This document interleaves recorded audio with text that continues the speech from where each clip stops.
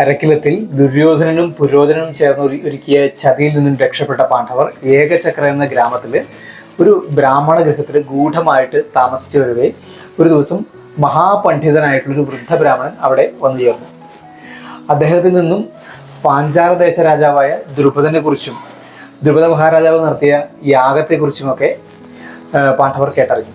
ഈ യാഗത്തിൻ്റെ ഫലമായിട്ട് ദ്രുപദ മഹാരാജാവിന് ലഭിച്ച പുത്രിയാണ് കൃഷ്ണ എന്ന സുന്ദരിയായിട്ടുള്ള രാജകുമാരി. ഈ കൃഷ്ണയുടെ സ്വയംവരം നടത്താനായിട്ട് ദ്രുപദ മഹാരാജാവ് തയ്യാറെടുക്കുന്ന വിവരം ഈ ബ്രാഹ്മണനിൽ നിന്ന് കേട്ടറിഞ്ഞ പാണ്ഡവർ ആ സ്വയംവരത്തിൽ പങ്കെടുക്കണമെന്ന് അതിയായിട്ട് ആഗ്രഹിച്ചു.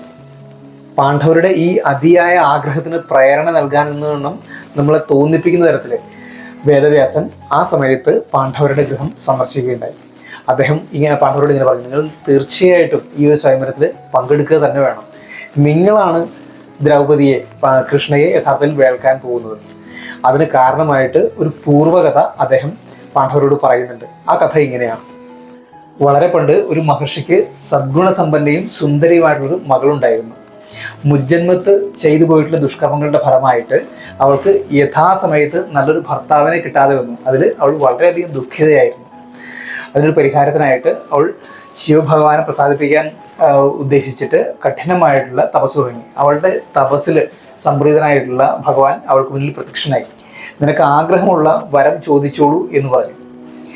സദ്ഗുണസമ്പന്നനായിട്ടുള്ള ഒരു ഭർത്താവിനെ ആഗ്രഹിച്ചുകൊണ്ട് വരം ചോദിക്കാൻ ആഗ്രഹിച്ച അവൾ വെപ്രാളത്തിനിടയ്ക്ക് അത് 5 പ്രാവശ്യം ആവർത്തിച്ചുകൊണ്ടാണ് ചോദിച്ചത്. അതായത് ഒരേ ചോദ്യം തന്നെ 5 പ്രാവശ്യം ഭഗവാന്റെ മുന്നിൽ ആവർത്തിച്ചു.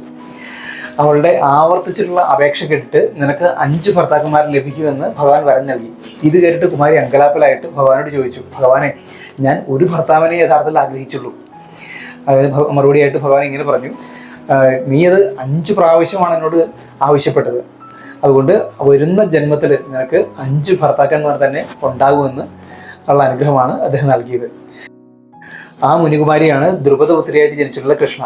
അവൾ നിങ്ങൾക്ക് ഭാര്യയായി തീരും. അതുകൊണ്ട് പാഞ്ചാല ദേശത്ത് നടത്തുന്ന ഈ ഒരു സ്വയംവരത്തിൽ നിങ്ങൾ തീർച്ചയായിട്ടും പോയി പങ്കെടുക്കണമെന്ന് വ്യാസൻ പാണ്ഡവർ ഉപദേശിച്ചു. വ്യാസഭഗവാന്റെ ഉപദേശം സ്വീകരിച്ച പാണ്ഡവർ തങ്ങൾക്ക് അതുവരെ അഭയം തന്ന കുടുംബത്തോട് നന്ദി പറഞ്ഞ് യാത്രാനുവാദവും വാങ്ങി കുന്തി മാതാവിനെയും കൂട്ടിയിട്ട് പാഞ്ചാല ദേശത്തേക്ക് യാത്ര തിരിച്ചു. പല ദേശങ്ങളിൽ നിന്നായി നിരവധി ബ്രാഹ്മണർ സമ്മാനങ്ങളും ദക്ഷിണയും ഒക്കെ കിട്ടുമെന്നുള്ളതിനാൽ ഈ പാഞ്ചാല ദേശത്തേക്ക് യാത്ര പുറക്കെ പോകുന്നുണ്ടായിരുന്നു. അങ്ങനെ ഒരു സംഘത്തിൻ്റെ കൂട്ടത്തിൽ പാണ്ഡവരും ചേർന്നു.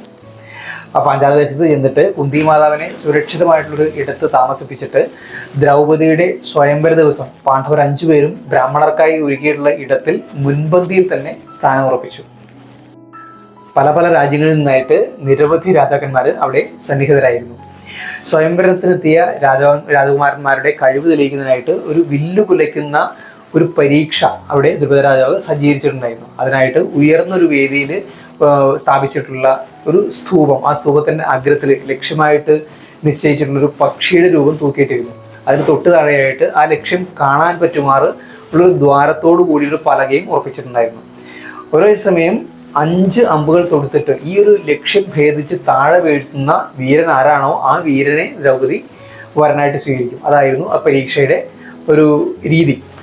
ദ്രൗപദിയെ വിവാഹം ചെയ്യാൻ ആഗ്രഹിച്ചു വന്നിട്ടുള്ള പല രാജാക്കന്മാരും വില്ലിൻ്റെ ഞാണൊന്നും മുറുക്കാൻ പോലും ആകാതെ ഇളിഭരായി മടങ്ങിയപ്പോൾ അസ്ത്രവിദ്യയിൽ നിപുണനായിട്ടുള്ള കർണൻ വളരെ ആത്മവിശ്വാസത്തോടെ വന്നിട്ട് വില്ല് എടുത്ത് ഞാൻ മുറുക്കി അമ്പ് ചെയ്യാൻ ഒരുമ്പെട്ടതും വരണമാല്യം കയ്യിൽ പിടിച്ചിരുന്ന ദ്രൗപദി ഉറക്കെ വിളിച്ചു പറഞ്ഞു, നിർത്തൂ, സൂതപുത്രനെ ഞാൻ വരിക്കില്ല എന്ന്. ഇത് കേട്ട് അപമാനിതനായിട്ടുള്ള കർണൻ വില്ല് വലിച്ചെറിഞ്ഞ് ആ വേദിയിൽ നിന്ന് പിൻവാങ്ങി. ജരാസന്ധനും ചേത് രാജാവായിട്ടുള്ള ശിശുപാലനും അടക്കം പ്രഗത്ഭരായിട്ടുള്ള രാജകുമാരന്മാർ ഇതിൽ പരാജയം സംബന്ധിച്ച് പിൻവാങ്ങിയപ്പോൾ ബ്രാഹ്മണരുടെ ഇടയിലിരുന്ന അർജുനൻ എഴുന്നേറ്റ് ആത്മവിശ്വാസത്തോടെ വേദിയിലേക്ക് നടന്നു. ഇത് അവിടെ 2 അഭിപ്രായം ഉണ്ടാക്കി. കാരണം ക്ഷത്രിയർ പരാജയപ്പെട്ടെടുത്ത് ഒരു ബ്രാഹ്മണൻ പരീക്ഷയിൽ പങ്കെടുക്കാനായിട്ട് വരുന്നു എന്ന് കണ്ടുകൊണ്ട് അതിനെ ശ്രദ്ധിക്കാതെ അർജുനൻ വേദിയിലേക്ക് ചെന്നിട്ട് വളരെ ആദരപൂർവ്വം വില്ലിനെ വണങ്ങി സാവധാനം ഞാൻ മുറുക്കി 5 അമ്പുകൾ എടുത്ത് പക്ഷിയെ ലക്ഷ്യമാക്കിയിട്ട് എയ്ത് അതിനെ താഴെ വീഴ്ത്തി. ക്ഷത്രിയർ തോറ്റ ഒരു പരീക്ഷയിൽ മറ്റൊരാൾ ജയിച്ചത് രാജാക്കന്മാരെ കോപാകുലരാക്കി. അവർ ദ്രുപദനെ കൊല്ലാനെടുത്തു. വിജയിയായിട്ടുള്ള ബ്രാഹ്മണനെ അവർ വെറുതെ വിട്ടു. കാരണം ബ്രാഹ്മണനെ കൊന്നു കഴിഞ്ഞിട്ടുണ്ടെങ്കിൽ അത് ബ്രഹ്മഹത്യാപാപത്തിന് ഇടയാക്കും. അത് യഥാർത്ഥത്തിൽ അർജുനനാണെന്ന് ആരും ഒട്ട് തിരിച്ചറിഞ്ഞതുമില്ല. ദ്രുപദനോടേറ്റ രാജാക്കന്മാരോട് എതിരിടാനായിട്ട് പാണ്ഡവരും തുനിഞ്ഞിറങ്ങി. അവരുടെ ക്ഷാത്രവീര്യത്തിന് മുമ്പിൽ കർണനടക്കമുള്ള രാജാക്കന്മാർ നിഷ്പ്രഭരാകുകയാണ് ഉണ്ടായത്. ഒടുവിൽ രംഗം ശാന്തമായി എല്ലാവരും അവരവരുടെ വഴിക്ക് പിരിഞ്ഞു. പാണ്ഡവരും ദ്രൗപദിയെയും കൂട്ടിയിട്ട് തങ്ങളുടെ താമസ സ്ഥലത്തേക്ക് മടങ്ങി. ഇതേസമയം കുന്തി മാതാവ് തൻ്റെ മക്കൾ എത്താൻ വൈകുന്നത് എന്തേ എന്ന് കരുതിയിട്ട് വളരെ ആശങ്കയിലായിരുന്നു. നൂറ്റുപേരോട് ഏറ്റുമുട്ടി അവർക്ക് എന്തെങ്കിലും ആപത്ത് പിണഞ്ഞിരിക്കുമോ?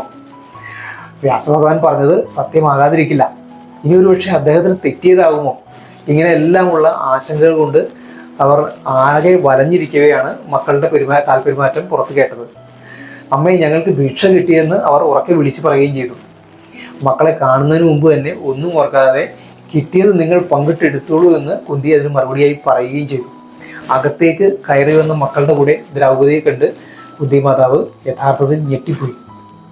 ഒട്ടും ആലോചിക്കാതെ താൻ പറഞ്ഞ പാഴ്വാക്കുകൾ ഓർത്ത് കുന്തി മാതാവ് ആകെ ദുഃഖിതയായി. മകന് യുധിഷ്ഠിര, ഞാൻ ചിന്തിക്കാതെ പറഞ്ഞ ഈ വാക്കുകൾ എങ്ങനെ പാലിക്കാനാവും? അതേസമയം തന്നെ ദ്രൗപദിയെ അപമാനത്തിൽ നിന്ന് രക്ഷിക്കുകയും വേണം. എന്താണ് ഒരു മാർഗം? അമ്മയുടെ വാക്കുകൾ കേട്ട് അല്പനേരം ചിന്തിച്ചിട്ട് യുധിഷ്ഠിരൻ പറഞ്ഞു, സ്വയംവര പരീക്ഷയിൽ ദ്രൗപദിയെ നേടിയത് അർജുനനാണ്. ആയതിനാൽ അവൻ തന്നെ അഗ്നിസാക്ഷിയായി ദ്രൗപദിയെ വരിക്കട്ടെ എന്ന് പറഞ്ഞു. ഇത് കേട്ട് അർജുനൻ മറുപടിയായിട്ട് ഇങ്ങനെ പറഞ്ഞു, അത് ശരിയല്ല. ആചാരപരമായിട്ട് ഞങ്ങളുടെ ജ്യേഷ്ഠനായിട്ടുള്ള അങ്ങാണ് ദ്രൗപദിയെ അഗ്നിസാക്ഷിയായിട്ട് വരിക്കേണ്ടത്. തുടർന്ന് ക്രമത്തിൽ സഹദേവൻ വരെ ഓരോരുത്തരും അഗ്നിസാക്ഷിയായിട്ട് വരിക്കട്ടെ. ഒപ്പം ദ്രുപദ മഹാരാജാവിൻ്റെ ഹിതവും ചോദിച്ചറിയേണ്ടതുണ്ട്. പാണ്ഡവർ തമ്മിൽ ഈ സംഭാഷണങ്ങൾ നടക്കവേ കൃഷ്ണനും ബലരാമനും പാണ്ഡവരുടെ വാസസ്ഥലം അന്വേഷിച്ചറിഞ്ഞ് അവിടെ എത്തി. ഭിക്ഷുക വേഷത്തിലും കൃഷ്ണൻ തങ്ങളെ തിരിച്ചറിഞ്ഞല്ലോ എന്നുള്ളൊരു അത്ഭുതാതരോടെയാണ് പാണ്ഡവർ അദ്ദേഹത്തെ ആദരിച്ചത്. പാണ്ഡവർ ഈ വിശേഷങ്ങളെല്ലാം, ഈ കഴിഞ്ഞുപോയ വിശേഷങ്ങളെല്ലാം ഒന്നൊഴിയാതെ കൃഷ്ണനെ പറഞ്ഞു കേൾപ്പിച്ചു. ഇത് കേട്ടിട്ട് അദ്ദേഹം അവരെ ആശീർവദിക്കുകയാണ് ഉണ്ടായത്. അങ്ങനെ കൃഷ്ണൻ്റെ അനുഗ്രഹത്തോടെയും ദ്രുപദൻ്റെ അംഗീകാരത്തോടെയും ദ്രൗപദിയെ പാണ്ഡവർ ഓരോരുത്തരായിട്ട് അഗ്നിസാക്ഷിയായിട്ട് വരിച്ചു. ഇതാണ് ദ്രൗപദി പാണ്ഡവർക്ക് ധർമ്മപത്നിയാവാൻ ഇടയായിട്ടുള്ള സന്ദർഭമായിട്ട് മഹാഭാരതത്തിൽ വിവരിച്ചിട്ടുള്ളത്. അപ്പോൾ ഇന്നത്തെ മഹാഭാരത കഥനം നമുക്കിവിടെ നിർത്താം. വരുന്ന വീഡിയോയിൽ നമുക്ക് കണ്ടുകൊണ്ടേയിരിക്കാം. മുൻപേ പറഞ്ഞതുപോലെ തന്നെ നിങ്ങളുടെ അഭിപ്രായങ്ങൾ, ഈ വീഡിയോകളെല്ലാം പൂർണ്ണമായിട്ട് കണ്ടിട്ട് നിങ്ങളുടെ അഭിപ്രായങ്ങൾ ഓരോന്നും അത് കമൻ്റായിട്ട് പങ്കുവയ്ക്കാൻ മറക്കണ്ട.